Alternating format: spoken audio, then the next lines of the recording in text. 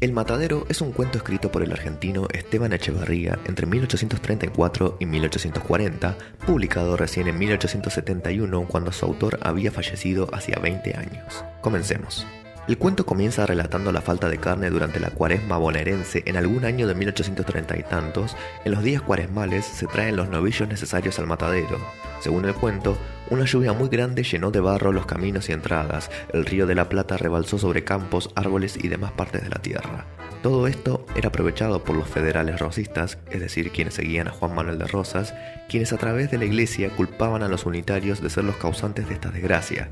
Estos eran los que se oponían a Rosas, es decir, la oposición. Debido a la inundación, el matadero estuvo 15 días sin recibir carne alguna. Los nenes y los enfermos se alimentaban con gallinas y huevos, y debido a la escasez de recursos creció la especulación y todo se fue por las nubes, es decir, los precios eran muy altos. La gente no podía afrontar esto y se morían. El gobierno, al 16º día, al ver este problema, envió 50 novillos. Sin embargo, esto era muy poco, ya que la gente acostumbraba a consumir de 250 a 300 cabezas diarias. Los corrales se llenaron de carniceros y curiosos a los gritos de ¡Viva el gobierno! La primera res que se mató se la dieron de regalo a un gobernante presente.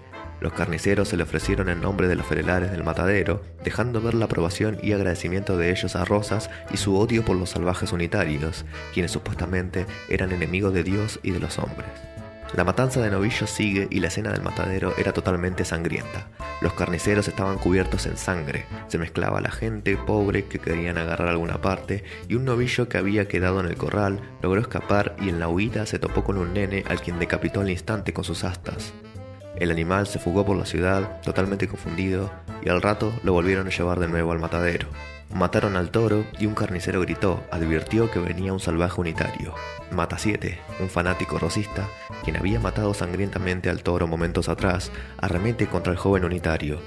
Dos hombres sujetan al unitario, a quien lo terminan humillando, y cuando pretenden desnudarlo para azotarlo, entre el forcejeo, el joven empieza a brotar sangre por la nariz, por la boca y muere.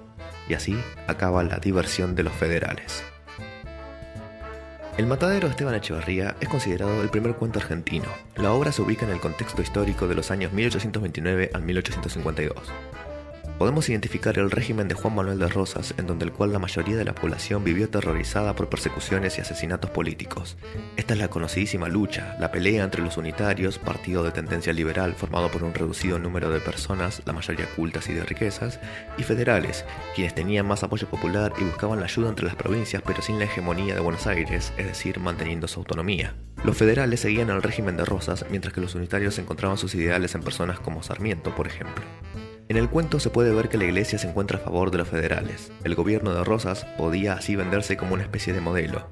El gobierno envía entre 50 novillos para alimentar a la población, lo cual es una cifra casi burlesca, pero aún así el matadero está contento.